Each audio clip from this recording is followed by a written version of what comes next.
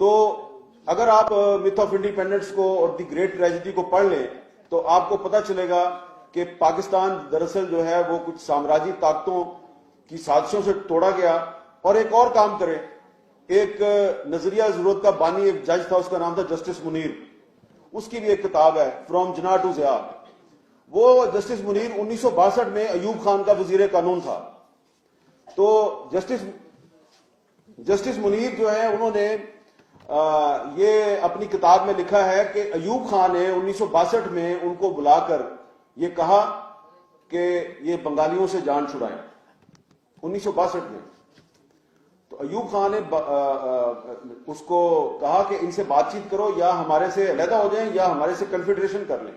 تو جسٹس منیر نے اپنی کتاب میں لکھا کہ میں نے ایک بنگالی ممبر تھے اسمبلی کے رمیز الدین صاحب, ان سے میں نے باقاعدہ مذاکرات کیے کہ یار تم یا کنفیڈریشن بنا لو یا ہم سے علیحدہ ہو جاؤ. تو اب جسٹس منیر نے اپنی اس کتاب میں لکھا کہ رمیز الدین صاحب نے مجھے پوچھا کہ میجورٹی میں کون ہے, بنگالی میجورٹی میں ہے یا تم پنجابی میجورٹی میں ہو, کیونکہ وہ ویسٹ پاکستان کو پنجابی کہتے تھے. تو جسٹس منیر نے کہا کہ آپ میجورٹی میں ہیں. تو اس نے کہا okay, if we are majority we are Pakistan, تم نے پاکستان میں رہنا ہے تو رہو, نہیں رہنا تو تم ہم سے علیحدہ ہو جاؤ. تو 1962 میں پاکستان کے فوجی صدر ایوب خان نے اپنے وزیر قانون کے ذریعے پاکستان کو توڑنے کے لیے مذاکرات کیے بنگالیوں کے ساتھ. بنگالیوں نے کہا ہم نے پاکستان نہیں توڑنا, تم نے توڑنا ہے تو توڑ دو. لیکن افسوس کی بات یہ ہے کہ اب وہ کتاب تھی جو فرام جناح ٹو ضیاء, اس پہ ضیاء الحق نے پابندی لگا دی, لیکن اب تو پابندی نہیں ہے. تو میں بار بار اس کتاب کا ذکر کرتا ہوں, لیکن ہمارے جو لیڈر ہیں بڑے بڑے, ایون پیپلز پارٹی کے لیڈر جو ہیں, ان کو 2-3 کو تو میں نے خود کتاب دی. میں نے کہا یار یہ کتاب لو, پڑھو, جا کے اسمبلی میں تقریر کرو. پڑھتے ہی نہیں, یہ ایک شکوہ ہے. اچھا, اب اس کے بعد پھر بھٹو صاحب کی حکومت ختم ہوگی 77 میں. تو جیل میں انہوں نے جو کتاب لکھی, 2 کتابیں لکھی. ایک اف آئی ایم اسیسینیٹڈ, جس سے آپ سب واقف ہیں, میرا خیال ہے کہ آپ سب واقف ہوں گے, ٹھیک ہے. لیکن ایک اور بھی کتاب ہے, وہ بھی جیل میں لکھی, اس سے آپ میں سے بہت کم لوگ واقف ہیں. وہ کتاب تھی ریومر اینڈ ریئلٹی, افواہ اور حقیقت. یہ کتاب صرف 1 دفعہ شائع ہوئی, صرف 1 دفعہ. اور جب 1 دفعہ شائع ہوئی تو پیپلز پارٹی کی قیادت سے کہا گیا کہ اگر آپ نے یہ کتاب دوبارہ شائع کی تو دوبارہ کبھی نہ سوچنا کہ تم حکومت میں آؤ گے. اور پھر وہ کتاب دوبارہ شائع نہیں ہوئی, کیونکہ اس کتاب میں بھٹو صاحب نے کچھ ایسے انکشافات کیے تھے اور کچھ ایسی حقائق سے پردہ اٹھا دیا تھا کہ جس سے آج بھی اگر آپ 2020 میں وہ کتاب پڑھیں تو آپ کو پتہ چلے گا کہ آج بھی پاکستان میں جو بہت سے واقعات ہو رہے ہیں اس کے پیچھے کون ہوتا ہے. مثلا میں اس کتاب کے حوالے سے صرف ایک چیز آپ کو بتاتا ہوں. بھٹو صاحب وزیر اعظم ہیں اور غلام مصطفیٰ جتوئی صاحب چیف منسٹر سندھ ہیں, اور کراچی سے سردار عطا اللہ مینگل کا بیٹا اسد اللہ مینگل اغوا ہوتا ہے, اور اس کے بعد اس کا کوئی پتہ نہیں ملتا. تو ایک ایوننگر جو ہے شام کا اخبار, اس کی ہیڈ لائن ہے کہ عطا اللہ مینگل کا بیٹا کراچی سے اغوا. تو بھٹو صاحب کو پتہ چلتا ہے, وہ پوچھتے ہیں چیف منسٹر سے کہ بھئی یہ عطا اللہ مینگل جو ہے اس کا بیٹا کس نے اغوا کیا. تو چیف منسٹر کہتے ہیں جی کہ یہ مجھے نہیں پتا, یہ آپ ٹکا خان کو پوچھیں. ٹکا خان سے پوچھتے ہیں, ٹکا خان آرمی چیف ہے اور اگلے آرمی چیف کا اعلان ہو چکا ہے, ضیاء الحق اگلا آرمی چیف ہے, اور ٹکا خان صاحب جو ہیں اب وہ صرف چند دن کے مہمان ہیں, لیکن ابھی وہ آرمی چیف ہیں. تو ٹکا خان صاحب کو پوچھا جاتا ہے, ٹکا خان کہتے ہیں جی وہ دراصل ضیاء الحق کو جنرل رحیم الدین جو ہیں انہوں نے یہ کام کیا ہے, مجھے اس کے بارے میں نہیں پتا. تو انہوں نے کہا کہ پتہ کر کے بتاؤ. تو پتہ کر کے بتایا. تو اگلے دن 3 جرنیل پرائم منسٹر ذوالفقار علی بھٹو کے سامنے پیش ہوئے, اور انہوں نے کہا دراصل یہ جو اسد اللہ مینگل ہے یہ پاکستان دشمن سرگرمیوں میں ملوث تھا, آپ پریس کو یہ بتا دیں یہ افغانستان بھاگ گیا. انہوں نے کہا چلے میں یہ کہہ تو دوں گا, ابھی بتاؤ کہاں ہے وہ. اب بھٹو صاحب نے لکھا ہے کہ جب میں نے پوچھا کہ ہے کہاں پہ, تو جرنیلوں نے کہا جی وہ دراصل ہمارے ایس ایس جی کے کمانڈوز تھے, تو فائرنگ کے تبادلے میں وہ مارا گیا اسد اللہ مینگل. انہوں نے کہا اچھا مارا گیا تو اس کی ڈیڈ باڈی کدھر ہے؟ کہا وہ ٹھٹھا کے قریب کسی مقام پہ اس کو دفن کر دیا, ہمیں نہیں پتا کہاں ہے اس کی ڈیڈ باڈی. انہوں نے کہا وہ ایک چیف منسٹر تھا, اس کا بیٹا ہے, اس کو تم نے اٹھا کے کراچی سے اس کو قتل کر دیا اور آپ کہہ رہے ہو اس کی ڈیڈ باڈی بھی آپ کے پاس نہیں ہے, تو میں کیا جواب دوں گا؟ انہوں نے کہا بس آپ کہہ دیں وہ افغانستان بھاگ گیا. تو بھٹو صاحب کتاب میں لکھتے ہیں کہ میرے پاس کوئی راستہ نہیں تھا, میں خاموش ہو گیا. اور آخر میں جا کے انہوں نے لکھا کہ اگر اس وقت میں خاموش نہ ہوتا تو شاید آج میں خود جیل میں نہ ہوتا. لہذا اسی طرح کی بہت سی باتیں اس کتاب میں ہیں. تو وہ کتاب جو ہے وہ بین ہے, لیکن محترمہ بینظیر بھٹو نے جرأت دکھائی, ایک دفعہ وہ کتاب شائع کر دی تھی, اور اب پیپلز پارٹی کو چاہیے کہ وہ کتاب دوبارہ شائع کر دیں.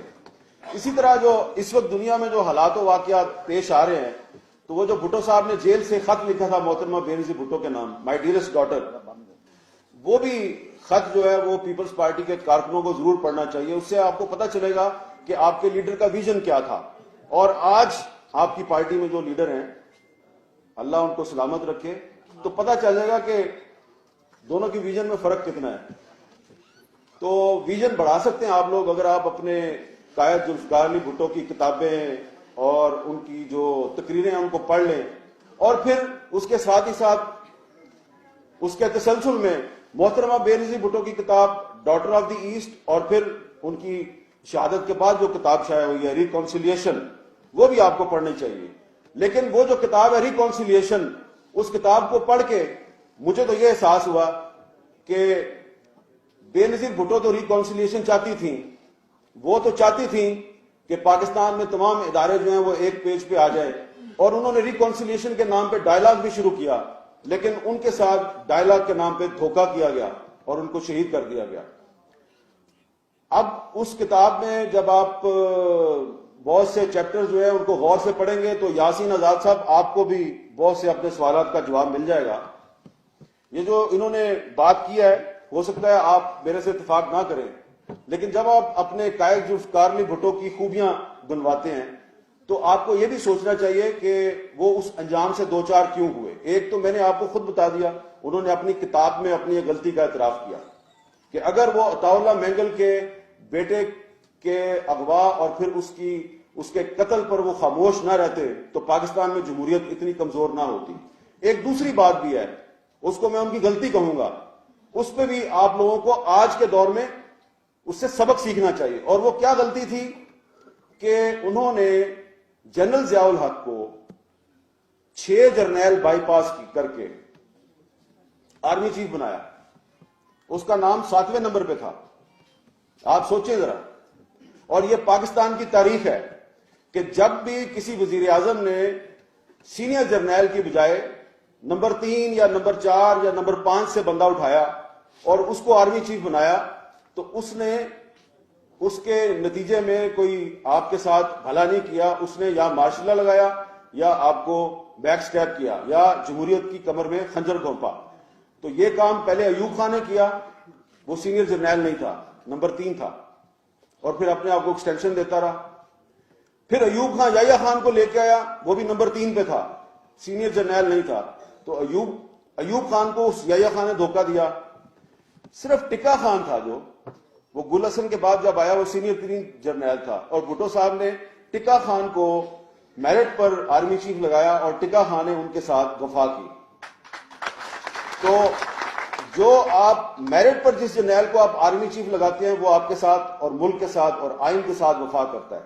اور پھر ضیاء الحق کو آپ نے نمبر 7 سے اٹھا کے آپ نے اس کو آرمی چیف بنایا. اس نے کیا کیا یہ ساری دنیا جانتی ہے. اس کے بعد نواز شریف صاحب نے پرویز مشرف کو نمبر 3 سے اٹھا کے آرمی چیف لگایا. تو اس نے کیا کیا وہ آپ جانتے ہیں.